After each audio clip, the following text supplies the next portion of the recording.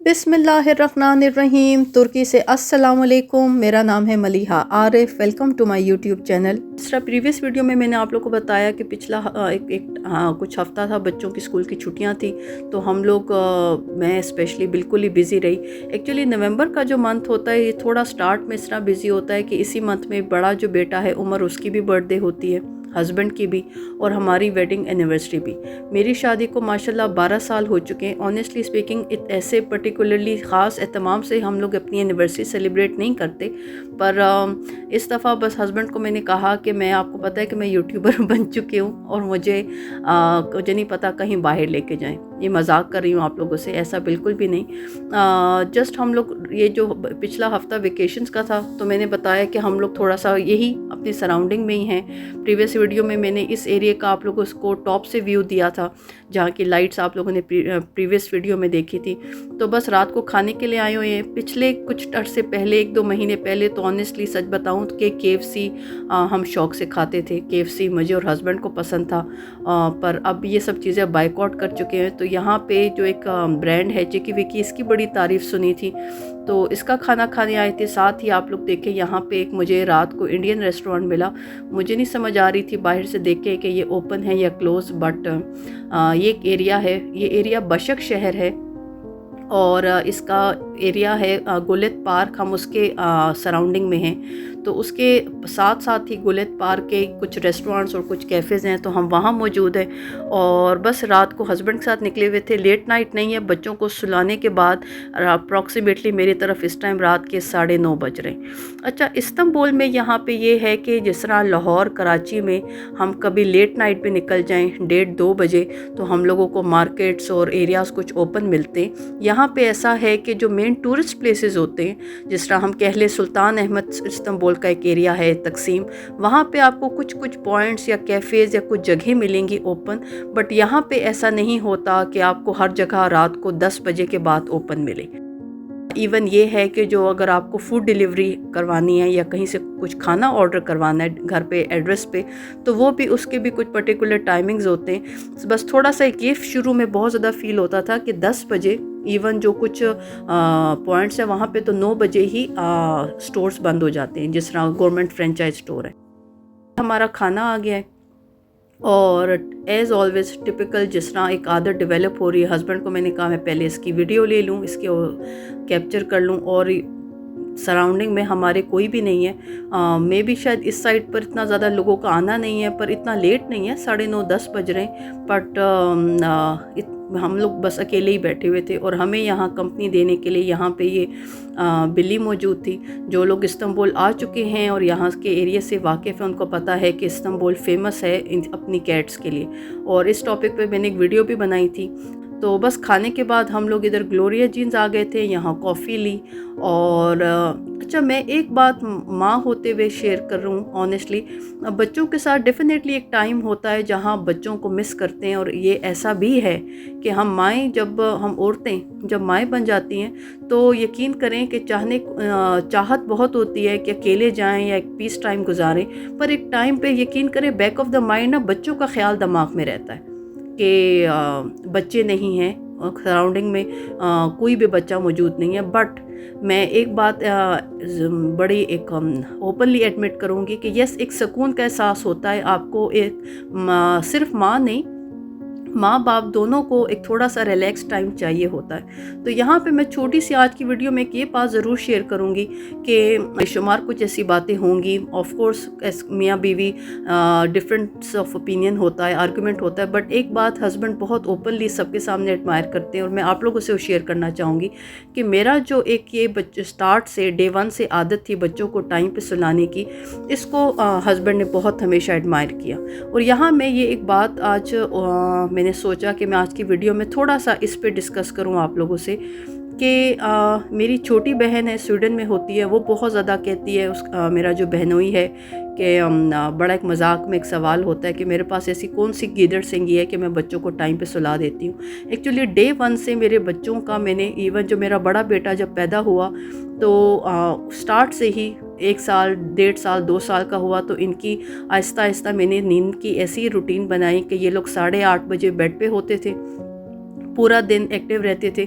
2-3 साल तक इनकी दोपहर की नैप होती थी, बट ये है कि अर्ली सुबह मॉर्निंग उठते थे। मतलब इस वक्त इस हद तक कि जब पाकिस्तान में होती थी और शुरू में जब बच्चे छोटे थे और थक जाती थी ज़्यादा, तो मैं अक्सर बच्चों को कहती थी कि सो जाओ, कि अभी मैंने नहीं उठना। तो वो अक्सर कहते थे कि मामा सन आ गया, आप उठ जाएं। तो ये थोड़ी सी एक हैबिट है जिसको हम लोगों को मैं सबको एक एडवाइस करूँगी कि ये एक थोड़ी सी हैबिट जब आप पेरेंट्स बन जाते हैं, बच्चे बड़े हों छोटे हों, ये एक टाइम ऐसा है कि पेरेंट्स को, हस्बैंड वाइफ को एक दूसरे के लिए ज़रूर रखना चाहिए। बिकॉज़ मैं यहाँ पर इस तरह आप लोगों से शेयर करूँ कि जो हमारे हस्बैंड्स हैं, ऑफ कोर्स हम सब सिर्फ माँ नहीं, माँ बाप दोनों बच्चों से प्यार करते, बट फादर्स का, हस्बैंड्स का ये है कि एक टाइम के बाद एक रिलैक्स टाइम चाहिए होता है।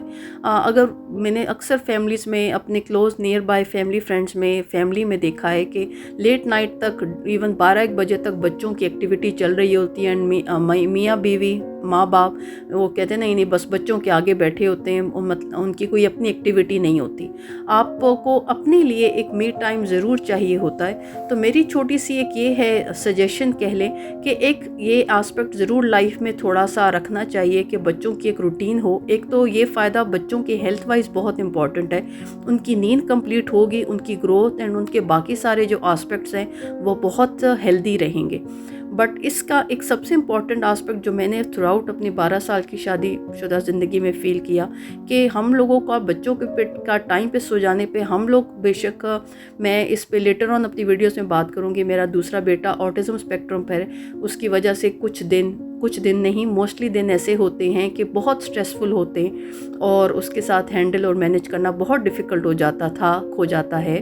तो इस सिचुएशन में बच्चों का टाइम पे सो जाना, आप मेंटली बहुत रिलैक्स फील करते हो, आपको काम डाउन होने के लिए कुछ टाइम चाहिए होता है। तो बस ये एक एक्टिविटी है। इस्तांबुल मैंने बताया कि जो इस्तांबुल के में जो हमारे गवर्नमेंट फ्रेंचाइज स्टोर हैं जहाँ से हम ग्रॉसरी शॉपिंग करते हैं, वो तो 9 बजे बंद हो जाते हैं, बट जो कैफ़ेज़ और रेस्टोरेंट्स हैं उनका कुछ का टाइम 10 और कुछ का 12 बजे होता है। पर वो भी ये है कि आपको 12 बजे वाले भी हर जगह पे अवेलेबल नहीं होते, आपको ढूंढना पड़ता है।